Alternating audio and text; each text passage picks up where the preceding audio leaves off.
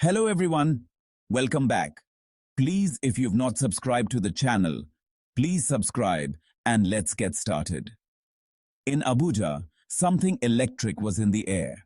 Africa's leaders gathered, not for another routine summit, but to change the narrative. On September 2nd, 2025, Africa stood up and demanded to be seen. 54 countries, over 1 billion people united to show innovation and ambition. The Abuja Declaration was a statement. Africa is an equal, not a junior partner. Global powers sat in the audience. For the first time, Africa held the microphone.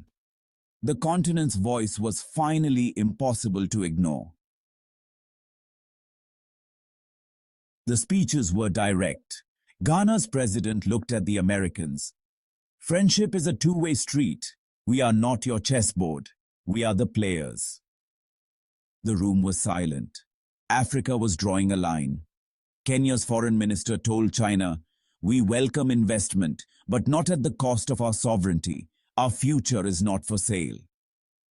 Senegal's leader faced the EU. "A sea connects us. Don't talk partnership while building walls. Let's build bridges, not barriers."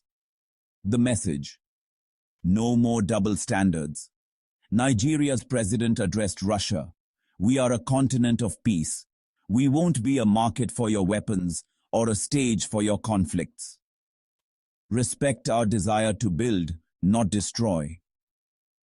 For every major power, the message was clear. The rules have changed. Africa is setting its own terms. The world was told, listen to us, not just about us. The era of dictating to Africa was over. The continent demanded respect, not charity. The speeches were unapologetic, confident, and united. Africa was no longer asking, it was telling. The world's powers were put on notice. The summit was a turning point. Africa's leaders spoke with one voice. The message: Africa's future will be decided in Africa. The world had to adapt. The summit's theme was clear from aid to trade. Ethiopia's prime minister said, "A handout feeds you for a day. Fair trade builds generations. We're done with the bowl, we're at the table." Africa doesn't want charity, it wants respect. The African Union unveiled the AfCFTA, the world's largest single market, built by Africans for Africans. "Engage with us as a bloc," they said. "No more divide and conquer." A young Rwandan tech entrepreneur declared, "We're not waiting for permission. Invest in us. Open your markets to our products. See us as creators, not just consumers." The old model, extracting raw materials, selling back finished goods, is over. Leaders demanded fair trade and investment in African manufacturing. Botswana's president said, "We want to sell chocolate, not just cocoa, batteries, not just lithium." Value must be added on African soil. The message: Africa will shape its own economic destiny. The world must deal with Africa as a partner, not a project. The summit marked a new era of economic confidence. Africa's youth and entrepreneurs were front and center. The continent was ready to compete and win. The global supply chain was being reordered. Africa's time had come. Powerful speeches are easy. Action is harder. But this summit delivered. Leaders signed a pact to align foreign policies. No more divide and conquer, only unity. An African Investment and Infrastructure Fund was launched, funded by Africans.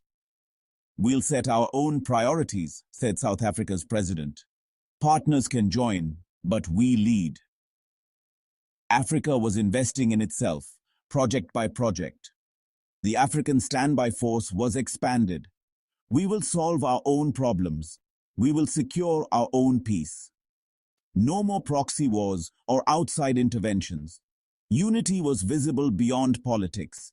Youth, business, and artists built networks and shared ideas. A musician from Mali and a filmmaker from Kenya collaborated. A Nigerian tech CEO mentored a Zambian startup. Real unity was in these connections. The future was being built together. The summit's foundation was human, not just political. Africa's success would be shared. The continent was moving forward as one. The conference center is quiet, but the echoes remain. The Abuja Declaration is more than words. It's a new mindset. Africa isn't asking for a seat.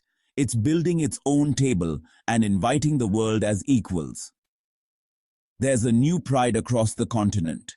Young people are sharing the speeches. Headlines are about dignity, not disaster.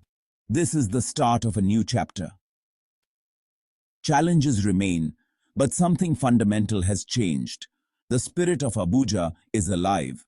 A united, respected Africa is now a real goal. The future of the world is tied to Africa's future. The message: work with us, not against us. The African lion has awoken, and it's speaking. The world would be wise to listen.